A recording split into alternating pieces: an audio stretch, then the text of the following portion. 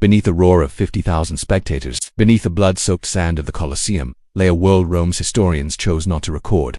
The Hypogeum, a maze of tunnels, cages, and cells stretching across 2.5 acres, was where the machinery of Roman spectacle prepared its victims. And among those victims were women whose stories were systematically erased from history. Today, we're re-examining one of the darkest aspects of Roman arena culture: what happened to condemned prisoners in the days before their executions.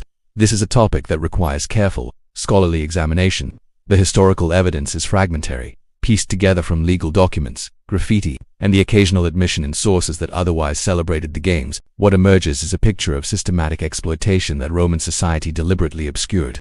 The Hypogeum beneath the Flavian amphitheater, what we call the Colosseum, was an engineering marvel. Completed around 80 CE, it contained at least 24 elevators that could raise animals and prisoners directly onto the arena floor. Corridors connected holding cells, equipment storage, and quarters for arena staff and gladiators. The whole complex functioned as a factory for producing spectacle, processing thousands of condemned prisoners and animals each year.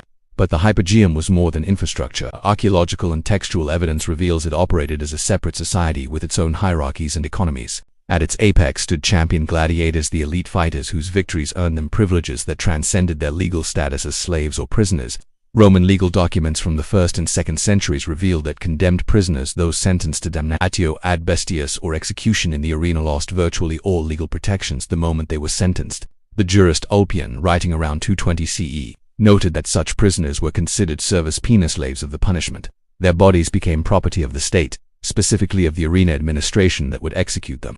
This legal erasure created what scholars call a zone of exception, a space where normal rules did not apply. And within this zone, informal systems of reward and exploitation flourished. Multiple sources indicate that successful gladiators received privileges. The Historia Augusta mentions private quarters for champions. Archaeological evidence from Pompey's gladiatorial barracks reveals that elite fighters had significantly better accommodations than common gladiators. Graffiti from various sites records gladiators boasting of their access to women, though the exact nature of these relationships is often unclear from context alone.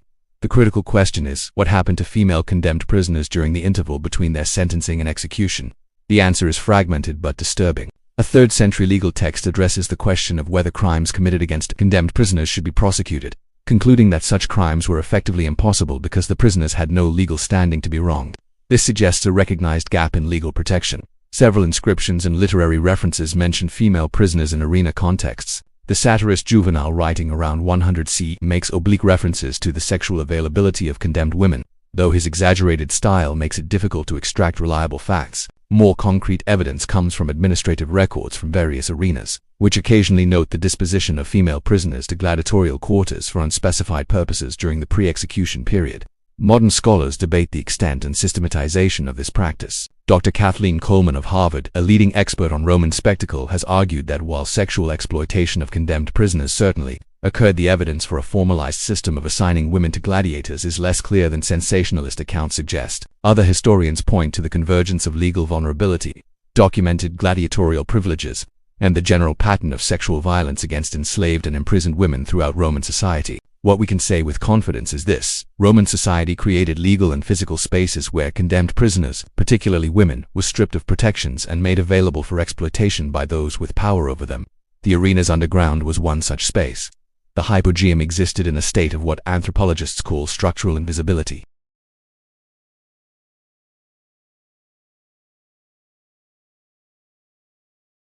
Official histories celebrated the games as demonstrations of Roman justice and martial virtue.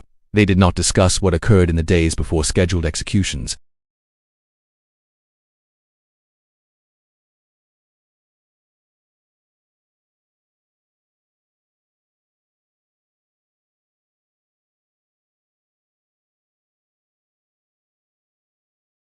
Understanding what happened in Rome Sicca requires assembling evidence from scattered sources that were never meant to provide a complete picture.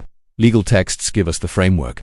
The Digest of Justinian, compiled in the 6th century but drawing on earlier sources, contains discussions of condemned prisoners' legal status.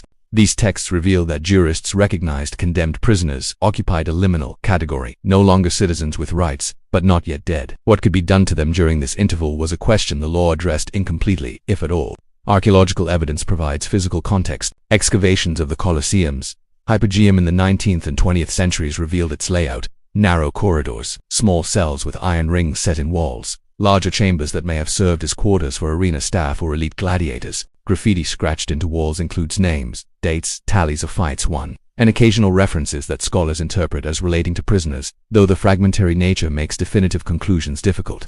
Literary sources offer glimpses, usually oblique. The younger Seneca, writing in the 1st century, described the arena's brutality, but focused on the public spectacle rather than what happened backstage. Later, Christian writers condemned the game's cruelty but rarely provided specific details about prisoner treatment. The most revealing passages often come from satirists like Martial and Juvenal, whose exaggerated style makes it challenging to distinguish fact from rhetorical flourish. What emerges from this fragmentary record is a pattern rather than a comprehensive account. Condemned prisoners entered a system designed to process them toward death.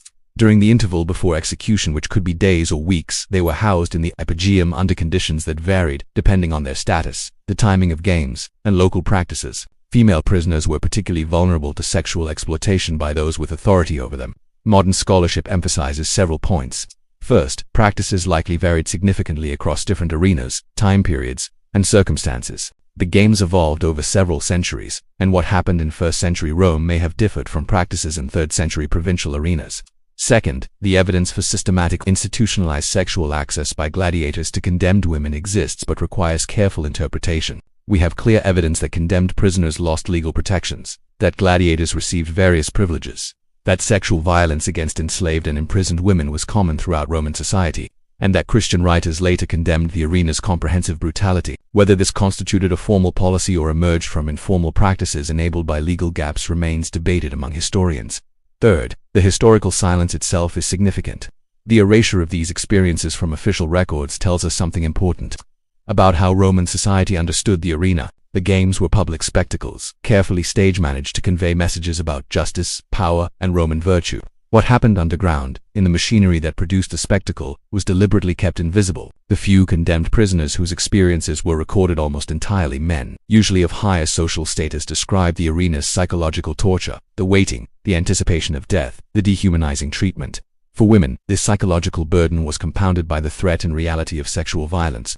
The consequences of this system extended beyond individual suffering. The arena as existence as a zone of exception where law did not fully apply and normal moral constraints were suspended had broader effects on Roman society. It normalized the idea that certain categories of people could be stripped of humanity and protections. It created spaces where violence and exploitation could occur without accountability, and it demonstrated the Roman state's willingness to use spectacular cruelty as a tool of social control. When Christianity became Rome's dominant religion in the 4th century, one of the practices Christian emperors moved to abolish was the arena games.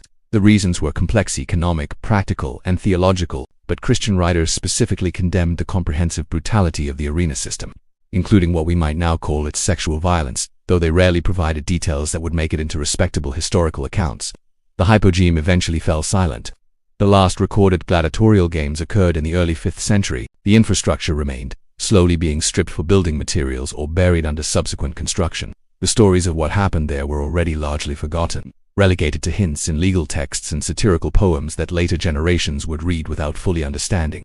Today, visitors to the Colosseum can tour parts of the reconstructed hypogeum. They see the engineering, the elevator shafts, the sophisticated infrastructure.